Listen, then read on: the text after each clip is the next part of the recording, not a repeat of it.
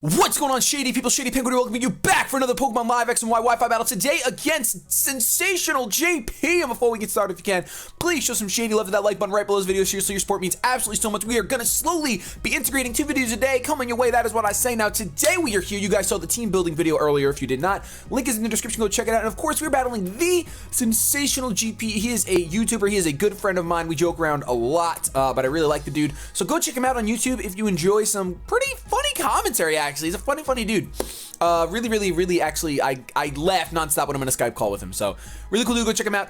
We're using that team you guys can see on your screen. You guys can place your bets in the comment section below. You let me know who you think is going to be the MVP of today's match. We got Slam Puppy, who is the All-Star.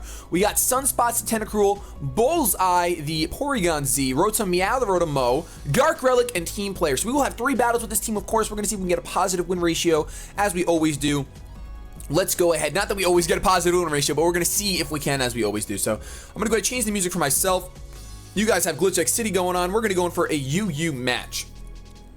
Now, while David is a good friend of mine, talks a lot of smack. So we're going to see how this battle goes. And he's not a bad battler by any means. Look at this. Look at his UU team. Look at this. Now, something else I want to point out to you guys.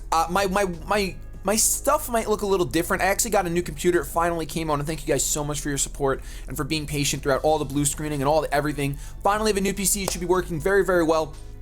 My webcam settings, I can't figure out why they look different. It might just be the motherboard itself. I'm not sure if it looks better. I'm not sure if it looks worse. You guys never notice. Anyway, it does look pretty dark in here, I guess, but then again, it's just dark outside. Normally there's sunlight coming through, but it's just dark outside. Hopefully it looks fine in the post-production. So, common weaknesses on my opponent's team.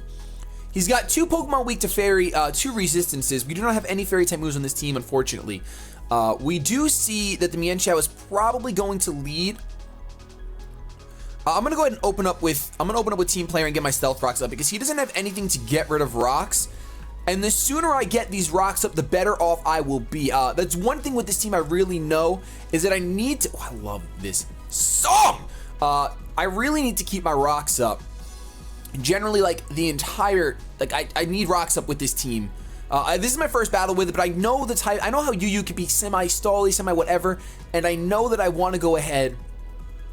And Team Player is going to pop out against my opponent's Mienshao. Now the fake out lead is really obvious. I'm still going to go for the Stealth Rocks in case my opponent forgoes the fake out for whatever reason and just straight up switches out or goes for a U-turn. You never know. But I am just going to set up my Stealth Rocks. Going to be pretty standard with this play. But like I said, he's got his Arcanine, which takes damage from it, and then everything else on his team takes like just regular Stealth Rock damage. But never underestimate the power of residual damage. That fake out did so much, and that was not even life orbed. I'm gonna go for another Stealth Rock. I don't think he'll go for a high jump kick right off the bat. If he does, ooh, he's gonna get rid of my lefties. That's a pretty big deal. I'm gonna get my rocks up, which is really all that matters. Getting these rocks up is my number one. Unfortunately, my Hydreigon is my physical attacker, physical defender. He's my physical wall. I don't know why I'm saying defender like this is Dungeon Defenders. He is my physical wall, so I can't really switch into him on that. I might actually just go for the EQ here. I don't think he's gonna go. I think it's too risky for him to go for a high jump kick. I still think so. I still think it's too risky. He's got the Drain Punch, which leads me to believe he definitely has the Focus Sash. So I really like Drain Punch on Mienshao. However, he's gonna take a heavy Earthquake here, a very heavy Earthquake. He's revealed his entire set, showing us that he does not have U-turn. We see the leftovers on the Mienshao. That is interesting. I like that a lot. So chances are he is gonna want to go for the Drain Punch here. But I think looking at my opponent's team, the only thing that Swampert will really be able to hit pretty hard is Florges, and that's if it outspeeds. So I'm going to go ahead and I'm going to stay in, and I'm going to go for a Waterfall just in case my opponent wants to switch out for a Regenerator. Nope, he's going to just go for the Drain Punch, which is pretty much the optimal play, of course.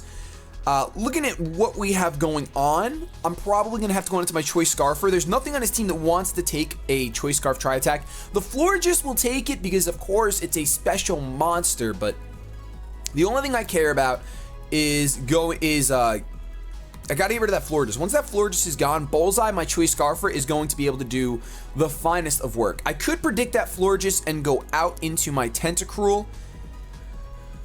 But then again, that hits on the special side. Even though it's super effective stab, it still hits on the special side. So I'm gonna go ahead And I'm just going to straight up try attack as he has nothing to resist that. And we could always get a secondary effect. I'm not hoping for it, but it's a 30% chance. So it's pretty common to get something like that in the game. I'm gonna be doing a lot of, and a lot of you guys have been noticing how with my computer issues I've been kind of a little bit slacking, I guess you'd say, a little bit slacking. I'm gonna be trying to get into the groove of things this week, like really hard, really hard. This is actually, I'm recording this on Saturday. This is for, I think, this is for Monday. Yeah, because we have a Wi-Fi battle in the team builder going up on Sunday, and then Monday's going to be Road to Ranked and this Wi-Fi battle. Wow, all right, so we're really ahead of the game, which is awesome. We will have 2 videos a day coming your way. That is what I say, and I'm excited to get that back. We can see just how much that try attack does.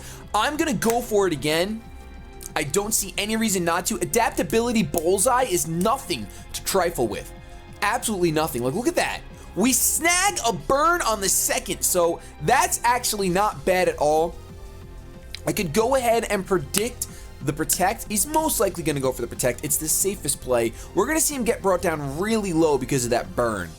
So he's really lucky we didn't get that on the turn before. But then again, it's just a hacks luck thing anyway. So I'm not mad about it. It's just what happened. So in case he wants to switch out or go for an attack, I'm just going to stay in. It's pretty much the safer play because with the burn, try attack burn will take him out on the following turn after he protects. I think. I could be wrong. Don't quote me on that. He might actually be able to get another wish protect off, at which point I will switch out and go into something else. But I think there's a really strong chance of him switching out here or perhaps over predicting and going for an attack, expecting me to predict the protect. So let's see what happens. So far, he's up 1 Pokemon. Our Swampert, our team player, did fall. So much for being a team player. Then again, it's not the defensive variant. It's just a bulky, heavy hitter. That was my phone. Yeah, guys, it's crazy. I know you guys can't hear, but my new computer is so quiet. It's unbelievable how quiet it is. Yesterday, I was transferring information from one computer to the other, so I had to have them both on. And then when I shut my old computer off, it just got dead silent. And like, listen, you could probably hear the game audio because of how quiet it is. Hold on, let me turn that on. I know! It's crazy. So David is really, the Sensational GP is really thinking hard about this one. Really hard. He wants to make sure he makes the right play. And I think he should just protect. That would be the right play, is to just protect. Just so you guys know, Sensational GP does have somewhat of a track record of DCing, but on purpose, not like on accident. So he is going to over-predict as I just get my try attack off. Like I said, I kind of thought that was a play right there that could have definitely been, was just that over-prediction. That's why I wanted to stay in. I did not want to switch out and risk it. No reason not to when I snagged that burn. There was literally no reason to switch out. I'd rather just let him get his wish with the protect, go ahead and go for another. This I don't like. Now he's going to take Stealth Rock damage. I could take the fake out damage. In fact, I think I have to. I really don't want to lose my Black Sludge on my Sunspots. I really don't. I really do not. I'd much rather just stay in. I'm going to take the fake out damage, and it's going to hurt. It's going to hurt a lot. Like, that might do over half. Oh, never mind. Wow, not that much. Never mind. I thought it was going to do so much more, but it didn't. So he's going to get his leftovers recovered, which is fine. If he wants to switch out again, I would not advise it, but he can, of course. This Bullseye is going to be putting in the finest of work. This try attack is going to kill, no doubt about it. Absolutely no doubt about it.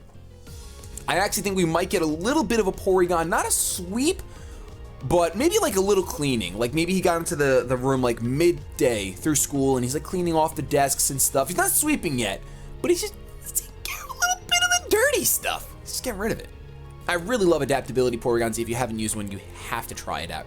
Such a monster in you. Whether you choice specs it or choice scarf it, specs under Sticky Web destroys. It literally destroys. So with this Alakazam here, even if it is Focus Sash, I'm going to go ahead and stay in, go for another try attack. Once again, I have no reason to switch out. A Focus Blast is most likely coming my way if he is Focus Sash. He is Focus Sash because he's not Mega Evolving, and I think David usually likes to run that. So there's the Focus Sash. Of course, Focus Sash Alakazam. That wasn't Focus Sash. What? That wasn't Focus. I didn't, unless I missed the Focus Sash going off. I know I just saw Focus Blast miss. Wow. Yup. That is a dead Alakazam, and honestly, I think Porygon-Z just swept. I think he decided to lock the door and just... Oh my gosh. Oh my gosh. Hydreigon comes out. Hydreigon is not going to want to take a Tri-Attack either. I'm not going to bother switching out. What's the point? If Bullseye can just sit here and put in the finest, why wouldn't I? Why wouldn't I? I'm going to get this Tri-Attack off. Boom! Almost kills Draco Meteor. He connects, which means I will probably be dead, but at this point, Bullseye he picked up his broom. I mean, it's a crit. I thought I was going to live that for a second. I thought I was going to live that for a second. I was going to be shocked. I was going to be utterly shocked. But fortunately, I didn't. I say fortunately because, I mean, that would have just been sad. He's still got the Wheezing Arcanine. And I think...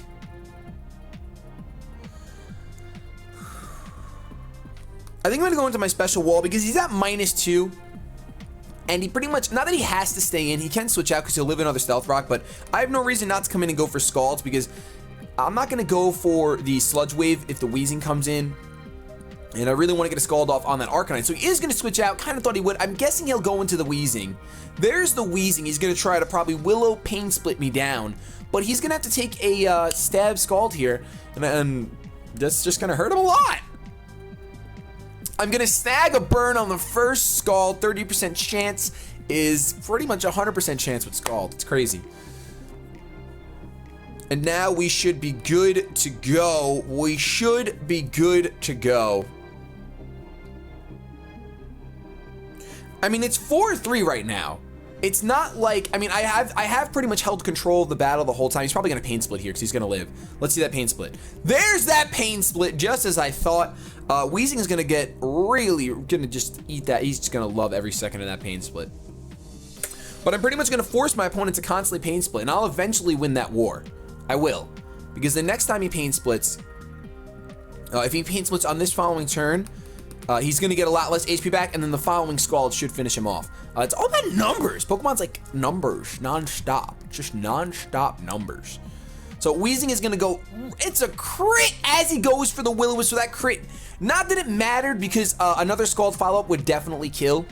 But the only thing that's going to happen is he's going to get one less turn of burn damage on Sunspots. So Sunspots doesn't mind being burned. He's used to the sun, so it's no big deal. He's going to just take that burn damage right now. And actually, I think Wheezing might live this burn. Oh, yeah, he's going to because of the Black Sludge. Yeah. So crit did not matter whatsoever. Did not matter whatsoever.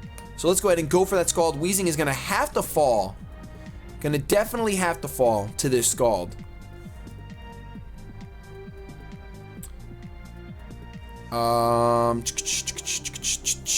Let's see. Sunspots is hurt by the burn, but that's not a big deal. That is not a big deal. David sent out Arcanine. Now, Arcanine does have the Wild Charge, which I do think is what this Arcanine is going to go for. I definitely see the Wild Charge coming my way, but because of the last two Pokemon that my opponent had, there's no reason for me to switch out. I'm just going to let my Sunspots die, let him get some recoil damage off to himself, and that's not a big deal. We'll be able to see what item he's holding, if any. Let's see, we've got, well, not if any, he's holding an item, but we'll see. Okay, so it's most likely Rocky Helmet. So at this point, I should be able to go into my physically defensive wall, and Arcanine's probably, I mean, I doubt he's running Choice to Arcanine. I mean, that's what I'm running, so maybe he is, but I feel like he's going to just go for the close combat, which if he does, so be it. But I'm going to go ahead and go for the Dragon Pulse here. I probably won't outspeed if he has any speed investment at all, because I'm not invested in speed with this Hydreigon.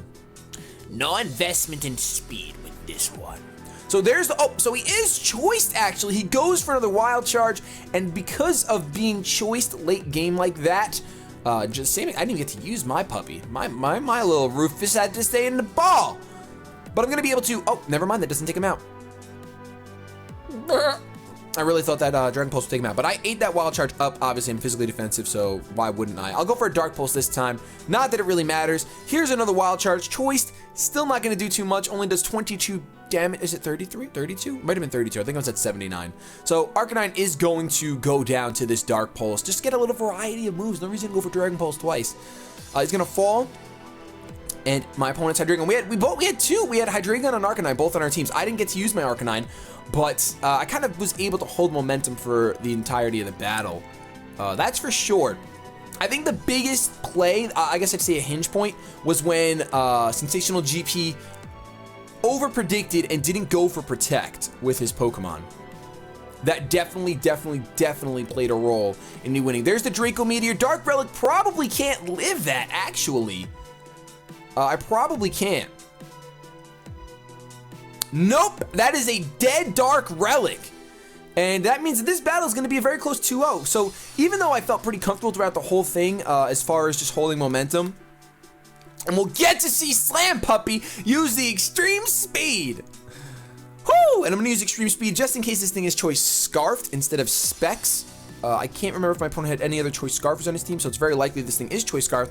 And although the -2 Draco Meteor won't kill, I might as well just go first. If I go first, I'm just going to go first and take him out with a Choice Band at Extreme Speed, which is exactly one of the reasons I love Rufus. Just beautiful Pokemon. So, David, that was actually a really good game. It's only a 2-0. Pretty close match. I did hold momentum, but it was a lot of fun. So make sure you guys go check them out if you enjoyed this battle. Also, leave a like, rating, comment, and subscribe. I upload videos daily, actually almost twice daily now. Have yourselves a good day. It's show 2 times a day. But above all else, keep it shady.